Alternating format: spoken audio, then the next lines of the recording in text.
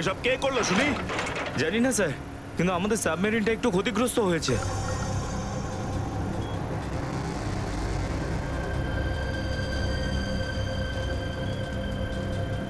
গ্যালারে navy এসে গেছে, ওদের জাহাজ আর কামান দেখা যাচ্ছে। কি? কি না? হ্যাঁ, নেভির এত সামনে চলে এলে তোমাদের মরার এত শখ। কিন্তু স্যার এখন কি করব? কি আর করবে, কেটে পড়ো এখান থেকে। আমাদের পুরো অপারেশন ভন্ডুল করার আগে আমাদের এখান থেকে চলে যেতে হবে। কিন্তু এত অল্প ক্রিউ মেম্বার নিয়ে সাবমেরিনকে কি করে শিফট করব, তাও এত অল্প সময়? সেসব আমি কিচ্ছু জানি না, কিছু করো আর এখান থেকে বেরো, যাও, জলদি করো, যাও। Okay sir.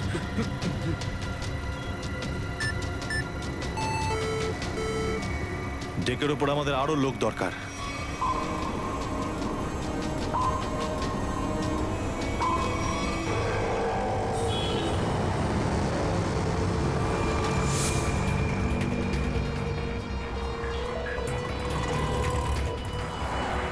ভাই এই গলিতেই তো এসেছিল। গেল কোথায় ও? ফোন কর, তাড়াতাড়ি ফোন করো কে।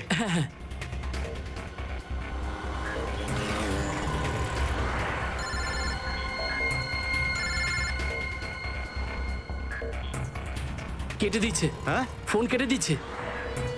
আরেকবার চেষ্টা কর, আরেকবার ফোন কর। একে তো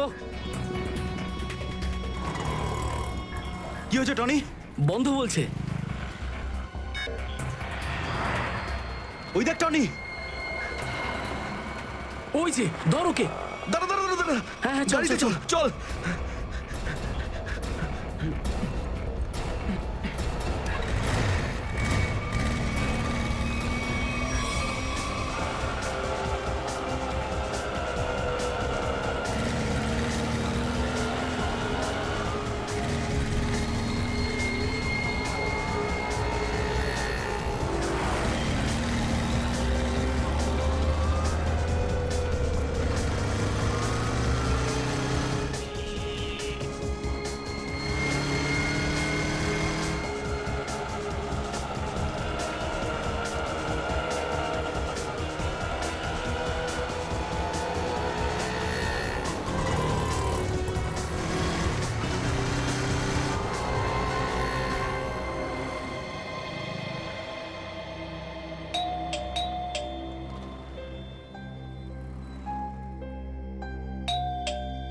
অনন্যা, লাইট তো জ্বলছে, তার মানে অনন্যা বাড়িতেই রয়েছে, কিন্তু দরজাটা খুলছে না কেন? অনন্যা, অনন্যা, কোথায় গেছে এই মেয়েটা? অনন্যা,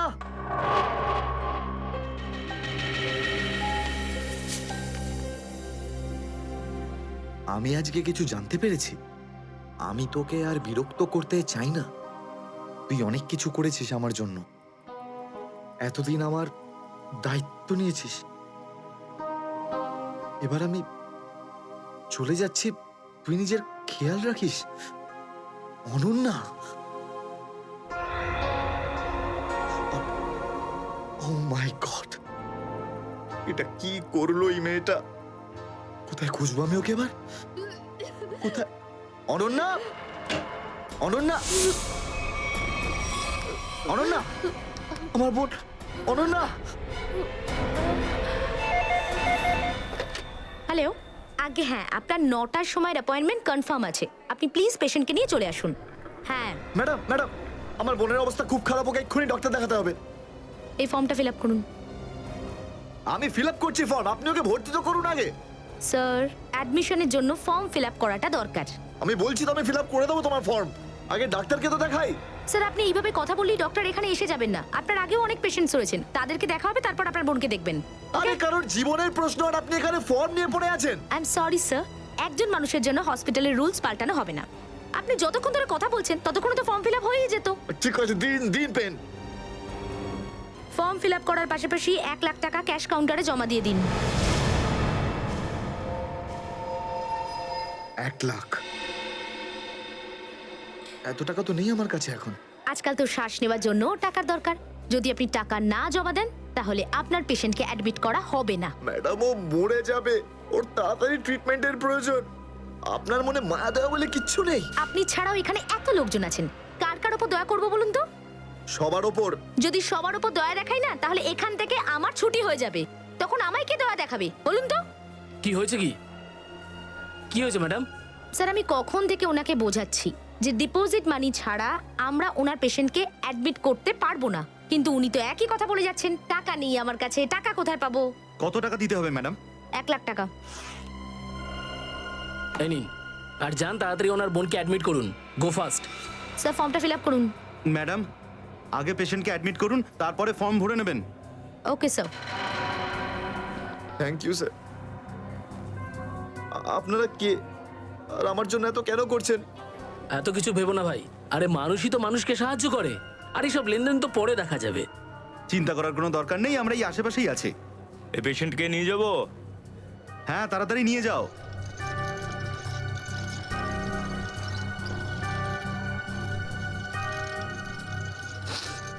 আমি আসছি এক্ষুনি। হ্যাঁ যাও।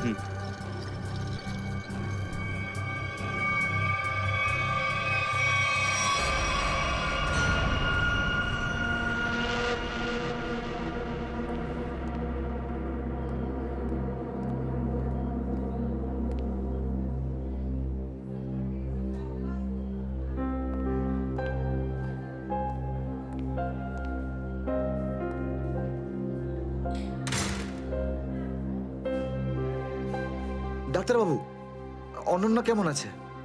সমস্ত রিপোর্ট ঠিক রয়েছে তো? আপনি চুপ করে আছেন কেন? মিস্টার সিদ্ধার্থ, আপনার বোনের ক্যান্সার আবার ছড়িয়েছে।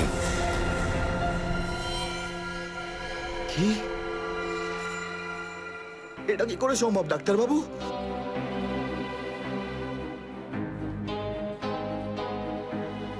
এটা কি করে হতে? সিদ্ধার্থ, এরকমটাই হয়েছে। কিন্তু অনন্যা তো ঠিকই ছিল, তাই না? ওর সমস্ত রিপোর্ট বলছিল যে ওর আর কোনো বিপদ নেই, আর আপনি বলছেন যে আবার? না ডাক্তারবাবু, এটা হতে পারে না। এমনটাই হয়েছে। গত 3 বছর ধরে ও বিপদমুক্ত ছিল, কিন্তু এইবার রোগ অনেক বেশি ছড়িয়েছে। খারাপ কিছু ঘটেও যেতে পারে। আপনি কি বলতে চাইছেন ডাক্তারবাবু? এটাই যে তোমার বোন অল্প কয়েকদিনই বাঁচবে। না ডাক্তারবাবু, এরকম বলবেন? ডাক্তারবাবু, ওর জন্য কিছু করুন না ডাক্তারবাবু, কিছু করুন আমার বোনের জন্য প্লিজ। এক্সপেরিমেন্টাল ট্রায়াল আছে, হয়তো এতে ওর প্রাণ বেঁচেও যেতে পারে। হ্যাঁ, তো করুন এক্সপেরিমেন্ট। আমি কখন আটকালাম? প্লিজ করুন। কিন্তু এই ট্রিটমেন্টে অনেক খরচা হবে। কত? কম করে প্রায় 15 লাখ টাকা। 15 লাখ? অনন্যার জ্ঞান ফিরেছে, ও আপনাকে ভেতরে ডাকছে।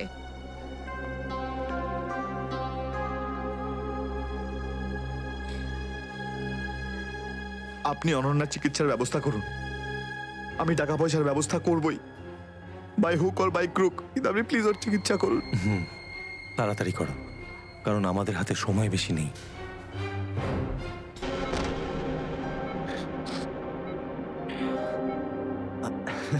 আরে অনন্যা, ডাক্তারের সঙ্গে কথা হলো আমার।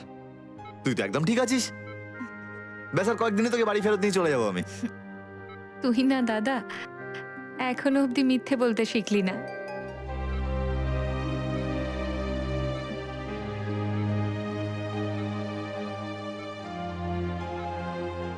আমরা আগের বার ক্যান্সারকে হারিয়েছিলাম, আর এবারেও ক্যান্সার হারবে আমাদের থেকে। তুই তুই বাঁচবি অনন্যা। দাদা, যদি আমার ভাগ্যে বাঁচা থাকতো না, তাহলে 2 বার ক্যান্সার হতো না আমার। দাদা, আমার কথাটা শোন। তুই নিজের সমস্ত সুখ আমার জন্য এভাবে ত্যাগ করিস না দাদা। তুই আমায় ভুলে যা দাদা। এবারে নিজে ভালোভাবে বাঁচ। আমার সব খুশি তো তুই, অনন্যা। তুই, তোকে যে কোনো ভাবে আমি বাঁচিয়ে ফিরবই। তুই মনের জোর হারাবি না কিন্তু। তুই এত ভালো কেন রে দাদা? কেন এত ভালো? যদি আরো কিছু বছর তোর সাথে বাঁচতে পারতাম আমি। আমার ভাগ্যটাই খারাপ।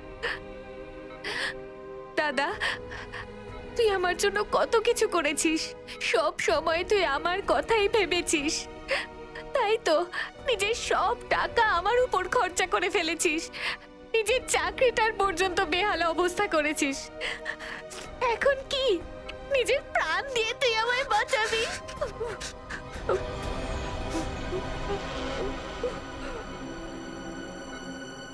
স্যার,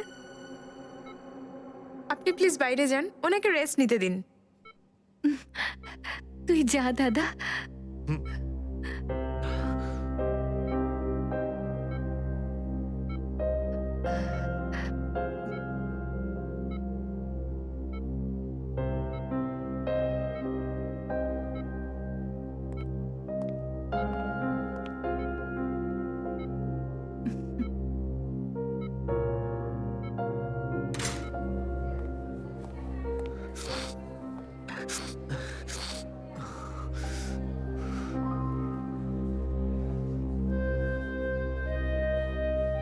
কোথা থেকে আনবো এত টাকা?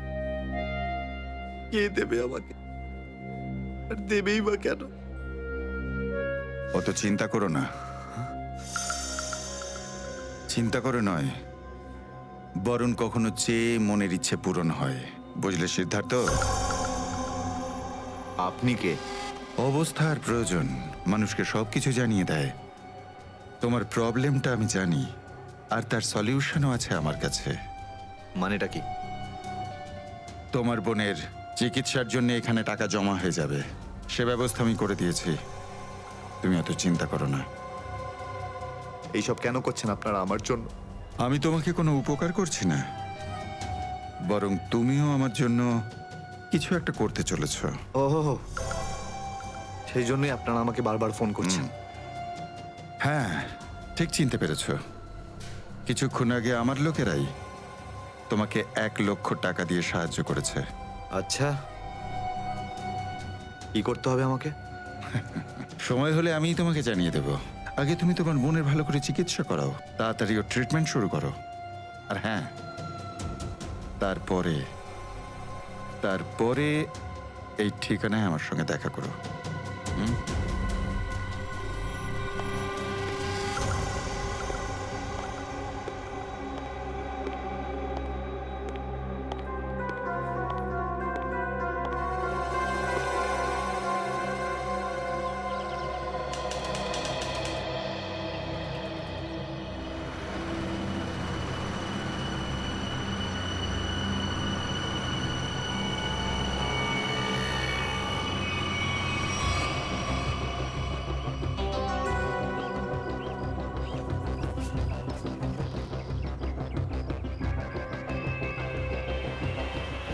স্যার, ওর কাছে দাঁড়াবো?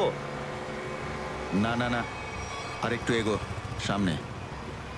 আগে দেখতে তো হবে যে ও একা এসেছে নাকি সঙ্গে কাউকে নিয়ে এসেছে।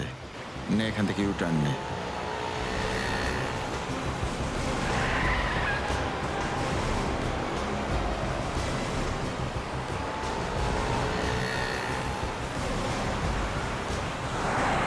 মনে হচ্ছে সঙ্গে আর কেউ নেই।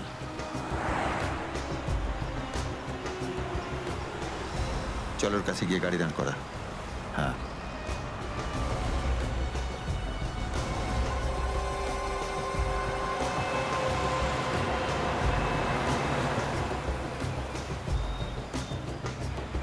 এসো, ভেতরে চলে এসো, তাড়াতাড়ি তাড়াতাড়ি।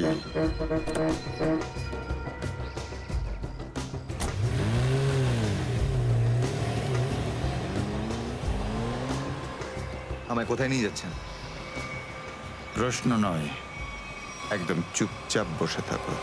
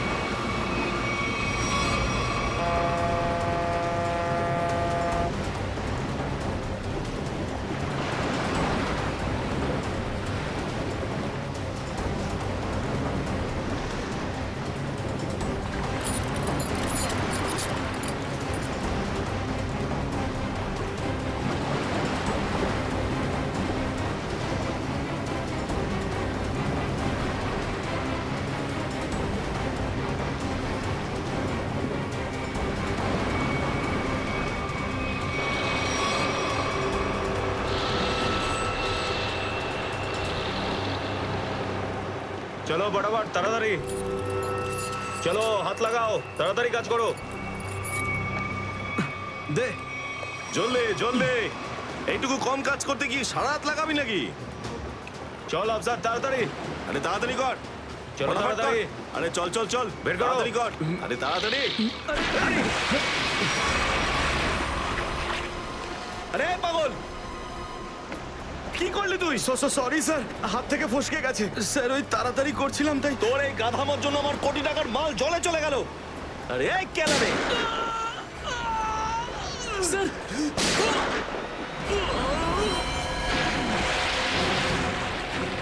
বস, বাকি বাক্সগুলো তুলে নিয়ে এখান থেকে বেরিয়ে যাই। হ্যাঁ এই চলো, বের কর বের কর, দে ফটাফট।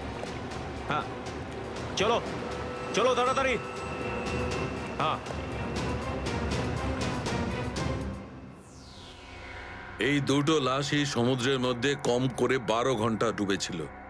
হ্যাঁ সালুকে, হ্যাঁ কোস্টগার্ডরাই এদের দুজনকে পেয়েছে। ওরাই এই দুটো লাশ উদ্ধার করে আর আমাদের হাতে তুলে দেয়। ভাই, এই দুজনকে পয়েন্ট ব্ল্যাঙ্ক রেঞ্জ থেকে গুলি করা হয়েছে। এর ক্ষতটা দেখো বস, এ দেখো। দুজনের ক্ষতই এই কথা বলছে। হ্যাঁ, আরও একটা ব্যাপার স্যার, বেশ কিছুদিন ধরে এরা ঠিকমতো খাবার দাবারও পায়নি। এদের বডিজ দেখে লাগছে যে খুব অল্প সময়ের মধ্যেই এদের ওজন তাড়াতাড়ি হ্রাস পেয়েছে। বস, ওদের বন্দি করে রাখা হয়েছিল। এ দেখো, এটা দড়ির দাগ। এদেরকে বেঁধে রাখা হয়েছিল দুজনকেই সমুদ্রের মধ্যে। সমুদ্রের গভীরে কোথায় কোথায় লুকিয়ে রেখেছিল এদেরকে? তারপরে মেরে ফেলেও দিয়েছে। কি কি চাইছিল খুনি? হ্যাঁ সচিন, আচ্ছা ঠিক আছে, বলো সচিন, কি জানতে পেরেছো? স্যার, এরা দুজন সমুদ্রের পাশের গ্রামটাতে থাকে স্যার, আর ওরা কাল রাতে কিছু এমন দেখেছে যেটা বলতে চায়। আচ্ছা, তাহলে বলো, কি দেখেছো তোমরা? স্যার, কালকে রাতে আমরা মাছ ধরার জন্য সমুদ্রের অনেক গভীরে যাই। আমাদের নৌকার ইঞ্জিনটা খারাপ হয়ে যাওয়াতে আমাদের ফিরতে অনেক সময় লেগে যায়। স্যার, যখন আমরা ফিরে আসছিলাম তখন কিছুটা দূরে আমরা একটা বোটের আওয়াজ শুনতে পাই, আর তাতে বসে কিছু লোক কারোর জন্য অপেক্ষা করছিল। আচ্ছা, কারা সেই লোক? স্যার জানি না, অনেক অন্ধকার হয়ে গেছিল। হ্যাঁ স্যার, তখন সমুদ্রের মাঝখান থেকে জোরে জোরে ইঞ্জিনের শব্দ পাচ্ছিলাম। জলের ঢেউ একেবারে উথাল পাথাল করছিল, আর তারপরে সমুদ্রের মাঝখান থেকে কোনো জিনিস ওপরে চলে আসে। সমুদ্রের ভেতর থেকে কোনো জিনিস ওপরে চলে আসে? কি? একটা বড় বাসনের মতন জিনিস হবে।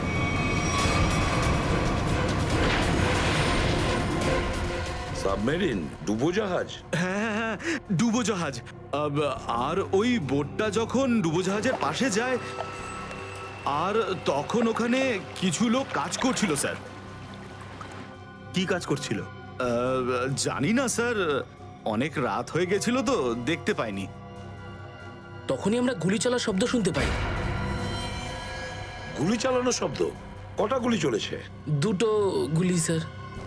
ও, দুটো গুলি চলেছে। আর আমরা দুটো লাশও পেয়েছি। আর আমরা ওখান থেকে ভয় পেয়ে পালিয়ে যাই স্যার। স্যার, একটা কথা বুঝতে পারলাম না, সমুদ্রের মাঝামাঝি এই সাবমেরিন কি করছিল? সেটাই তো। আর ওই বোটটায় তাহলে হচ্ছিল কি? স্যার, হ্যাঁ Pankaj? Sir, missing person bureau থেকে দুজন ভিক্টিমের ডিটেলস পাওয়া গেছে। গ্রেট। অমল, মনোজ আর দুজনেই একই দিনে নিখোঁজ হয়েছে। আর স্যার, দুজনেই মেরিন ইঞ্জিনিয়ার্স। হ্যাঁ সেটাই তো, মেরিন ইঞ্জিনিয়ার। সচিন, এটা কোনো কোইন্সিডেন্ট নয়, কোনো সংযোগ নয়, কারণ মেরিন ইঞ্জিনিয়ার্সরা অনেক কিছু কাজ করে সাবমেরিনে, ডুবোজাহাজে। এটা কোনো কাকতালীয় নয়। আর স্যার, ইন্ডিয়ান ওয়াটারে এই ডুবোজাহাজ আসলে কি করছিল? কিছু না কিছু গোলমাল তো আছে, খুব বড় রকমের গোলমাল আছে, খুব বড় রকমের গোলমাল। খোঁজ নিতে হবে ওই ডুবোজাহাজের ব্যাপারে। ইন্ডিয়ান নেভি, ভারতীয় নৌসেনা থেকে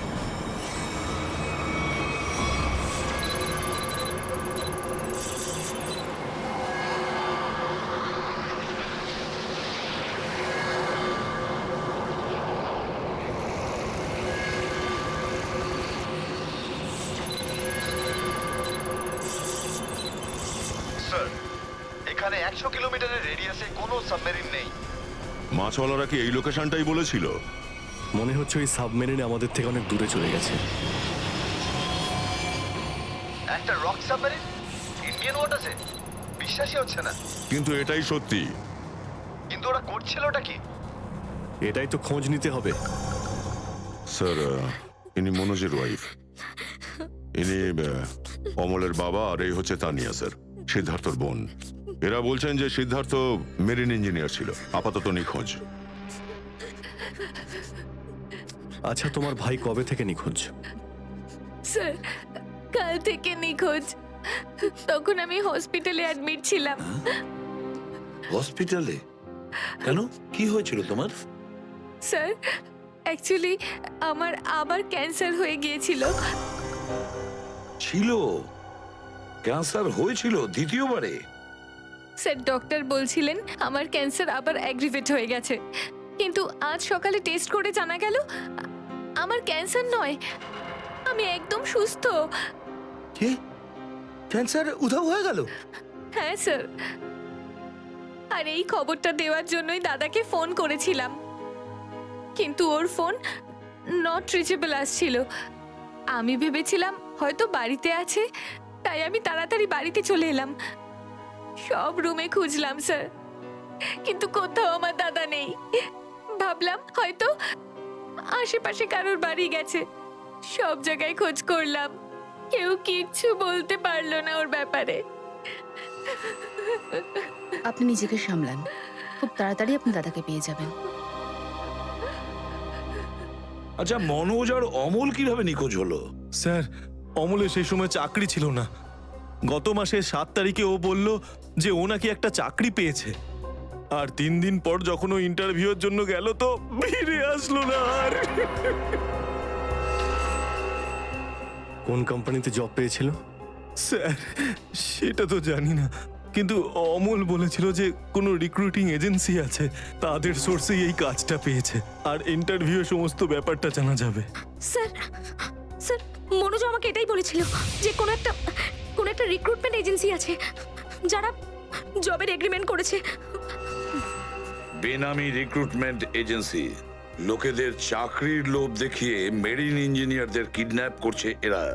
মেরিন ইঞ্জিনিয়ারদের দেখুন, আপনাদের সঙ্গে যা কিছু হয়েছে সেজন্য আমরা খুবই দুঃখিত। আমাদের চেষ্টার কোনো ত্রুটি রাখছি না ওই অপরাধীদের ধরার জন্য। আপনারা নিজেদের বাড়িতে চলে যান, কেমন? পুরবি, এনাদের ছেড়ে দিয়ে এসো। যান। চলুন।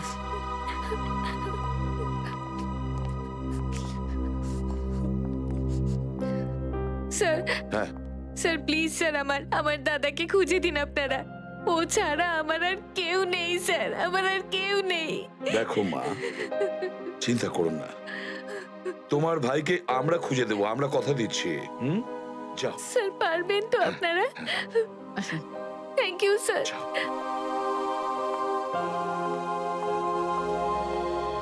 এই অনন্যার ডাক্তারের সঙ্গে কথা বলতে হবে।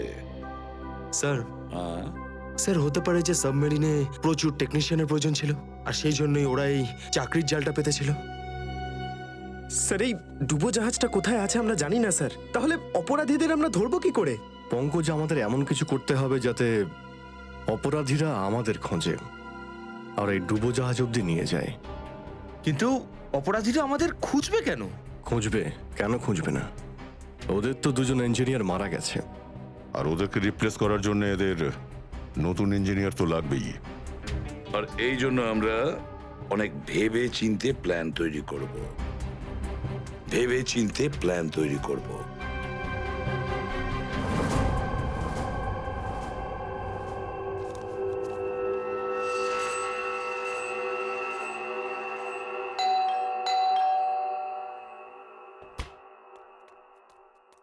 মনে হচ্ছে এসে গেছে।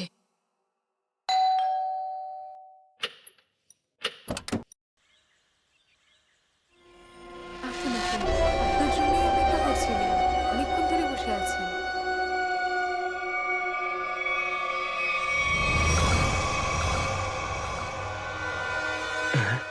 আসুন না, আসুন ভেতরে।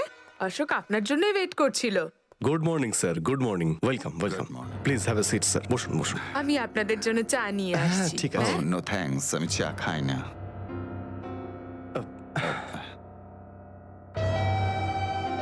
স্যার প্লিজ আমার ভাইকে চাকরিটা দিন না, প্লিজ স্যার। আমাদের অনেক ধার রয়ে গেছে, জানি না আমরা কিভাবে সেটা শোধ করব। দিদি দিদি, এক মিনিট এক মিনিট। আরে আমাদের তো আগে কথা বলতে দাও প্লিজ। তুমি এসো, তুমি আমার জন্য চা করে নিয়ে এসো, যাও প্লিজ প্লিজ। জানি না তুই কবে চাকরি পাবি, আমার তো খুব চিন্তা হয়। সরি স্যার, ওই আমার দিদি আসলে একটু আমার চাকরি নিয়ে খুব টেনশনে আছে আর কি। ওনার একটু আসলে টাকা নিয়ে ওনার একটু নিশ্চয়ই বুঝতে পেরেছেন। হয় এরকম, আসলে টাকা জিনিসটাই এরকম। তাহলে স্যার আমার এই চাকরিটা পাকা ধরে নেব স্যার? দেখা যাক, তার আগে তোমাকে কিছু প্রশ্ন করতে চাই। যা জিজ্ঞেস করার জিজ্ঞেস করতে পারেন, আমি রেডি স্যার। কিন্তু স্যার স্যার প্লিজ স্যার, এই চাকরিটা আমাকে আপনি দিয়ে দিন প্লিজ স্যার। অ্যাকচুয়ালি স্যার আসলে আমাদের টাকার খুব প্রয়োজন স্যার। Sir please sir. খুবই এক্সাইটেড দেখছি আপনি এই চাকরিটা নিয়ে। সে তো একদমই স্যার। আসলে স্যার আমি আগে ওই গভর্নমেন্ট জব করতাম স্যার। স্যার ওই গভর্নমেন্ট জবে প্রমোশন আর টাকা পেতে অনেক কষ্ট করতে হয় স্যার। এই জন্যে স্যার আমি রিজাইন করে দিয়েছি। আপনার পুরো নাম আর ডেট অফ বার্থ? আমার নাম Ashok Kumar. Date of birth 10th April 1976। আর কোয়ালিফিকেশনস? মাস্টার করেছি sir, master in marine engineering from GID college. তার মানে সাবমেরিনের ইঞ্জিনের মেনটেন্যান্স আর নেভিগেশনের ব্যাপারে তো নিশ্চয়ই নলেজ আছে। Yes yes yes sir, you are right sir. তো মিস্টার অশোক, একটা কথা বলুন, আপনার এক্সপিরিয়েন্স অনুযায়ী একটা সাবমেরিনকে জলের নিচে কতটা গভীর অবধি নিয়ে যেতে পারেন? কত গভীর অবধি? স্যার সেটা তো ওটা স্যার ডিপেন্ড করে স্যার, মডেলের ওপর ডিপেন্ড করে স্যার। ওর ভেতরে গিয়ে আমি সাবমেরিন ঠিক করেছি স্যার। আর মেরিন তো অনেকটাই নিচে যায় স্যার, 400 অবধি যাই স্যার। ও হ্যাঁ, আমি আপনার স্কুলের প্রিন্সিপাল মিস্টার সুরেশের সঙ্গে কথা বলেছিলাম, আপনার খুব প্রশংসা করছিলেন। ওনার টাচে আছেন তো আপনি? প্রিন্সিপাল প্রিন্সিপাল স্যার খুব ভালো লোক স্যার। স্যার আমার প্রিন্সিপাল আমার মেন্টরও ছিল স্যার। ওনার নাম স্যার সুরেশ নয়, মহেশ ছিল স্যার। আর স্যার উনি তো 2012-এ রিটায়ার করে গেছেন। আর ওনার পরে হয়তো সুরেশবাবু এসেছেন প্রিন্সিপাল হয়ে, ওটা স্যার আমি ঠিক জানি না স্যার, সেটা আপনি নিশ্চয়ই জানবেন। ওকে মিস্টার অশোক,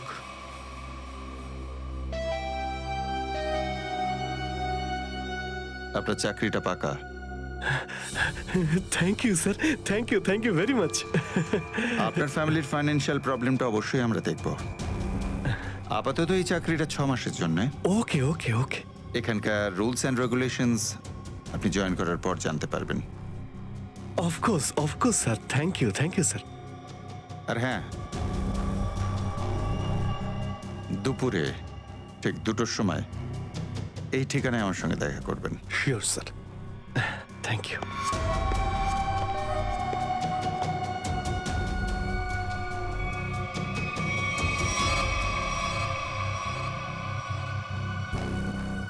কাজ হয়ে গেছে, আরো একটা জব পাকা হয়ে গেছে আমার।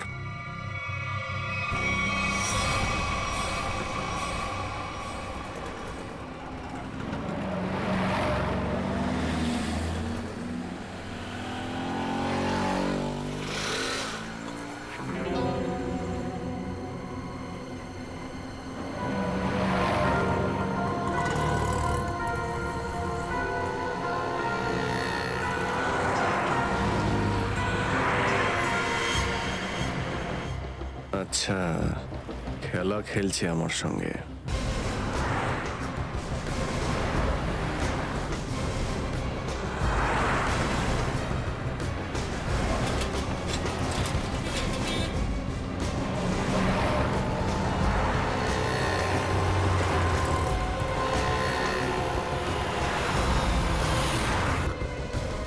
নমস্কার। হ্যাঁ হ্যাঁ ঠিক আছে, ভিতরে বস। চলো তাড়াতাড়ি ভালো কর। নমস্কার।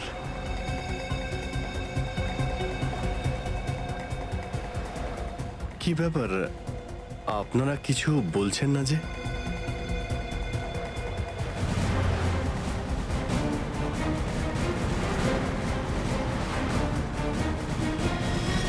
আচ্ছা, আপনারা কি এদের... এই চুপ চুপ চুপ।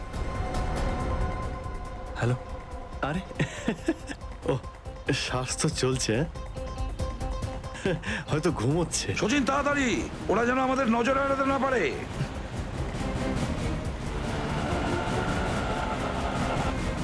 আরে স্যার, আপনি চোখ খুলে কেন ঘুমোচ্ছেন? খুব স্ট্রেস পড়ে চোখের উপরে।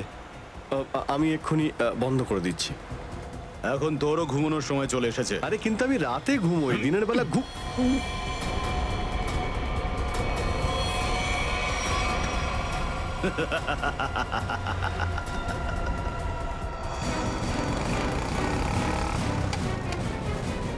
স্যার ওরা তো বেরিয়ে গেল।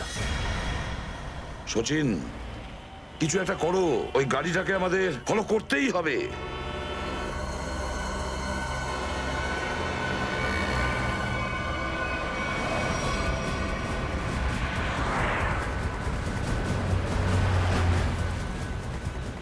গাড়িটা কোথাও দেখতে পাচ্ছি না। সচিন দেখো একটু, দেখো তোমার রাইটে কিছু দেখা যাচ্ছে কিনা। স্যার ওই যে গাড়িটা। ইয়েস, কিন্তু ওরা রাইট সাইডে যাচ্ছে কেন? হ্যাঁ স্যার, এরা ঘুরে গেল কেন? ওদের তো সোজা যাওয়া উচিত ছিল, সমুদ্র তো সামনে। নিখিল, অভিজিৎকে ট্র্যাপ করো ওই জিপিএস এ।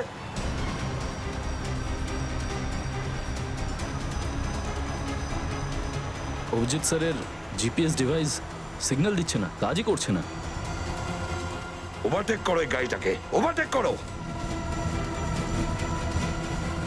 এই দাঁড়া দাঁড়া দাঁড়া দাঁড়া।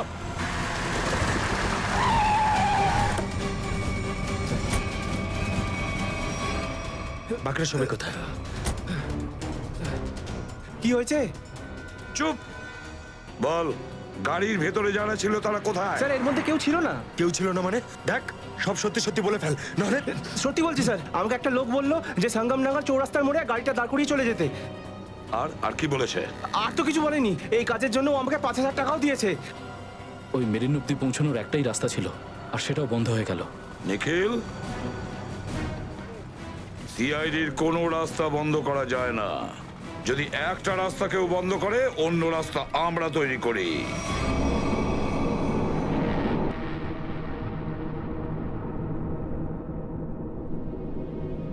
দুজন ইঞ্জিনিয়ার ছিল, আর দুজনকেই একসঙ্গে গুলি করে মারে। কে বলতে পারে? যে কোনো দিন আমাদের নাম্বারে চলে আসতে পারে। হ্যাঁ, আমাদেরও একদিন আসবে, সমুদ্রের মাঝে আমরা ডুবে যাব, কিন্তু আমাদের ব্যাপারে কেউ কিচ্ছু জানতে পারবে না। ঠিক বলেছ, কিন্তু মৃত্যুর আগে একবার বেঁচে ওঠার চেষ্টা তো করতেই হবে না?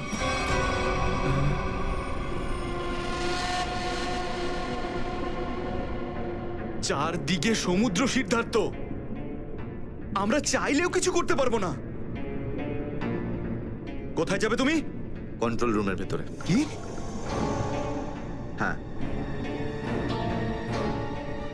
হ্যাঁ, আমার কাছে একটা প্ল্যান আছে।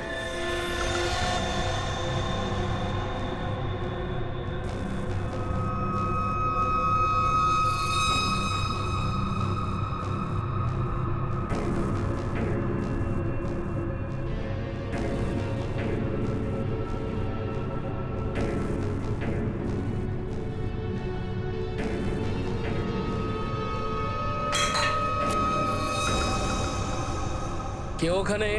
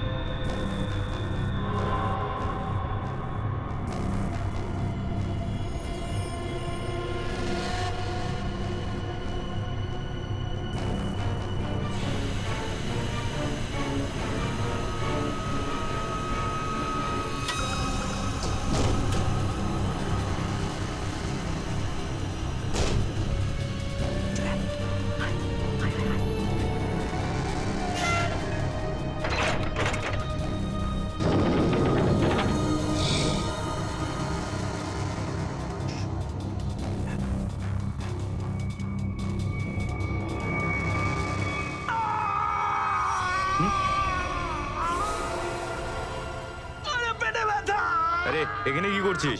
আমার পেটের ভিতরে খুব জোরে ব্যথা করছে। পেটে ব্যথা না নাটক করছিস? সত্যি বলছি, আমার পেটের ভেতরে খুব জোরে ব্যথা করছে। কিছু একটা করো প্লিজ। এই আবার কোথায় গেল? চল ঠিক আছে ঠিক আছে চল চল এদিকে চল।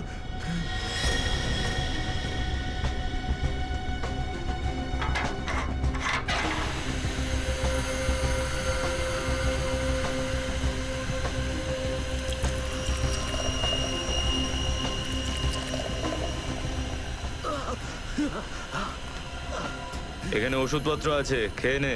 কিন্তু এখানে পেট ব্যথার ওষুধ কোনটা? আরে আমি ডাক্তার নাকি? যা খাবার খা, তারপর ঘরে চলে যা। কিন্তু আমি কি করে জানবো যে এখানে পেট ব্যথার ওষুধ কোনটা? আরে শুনুন, শুনুন না।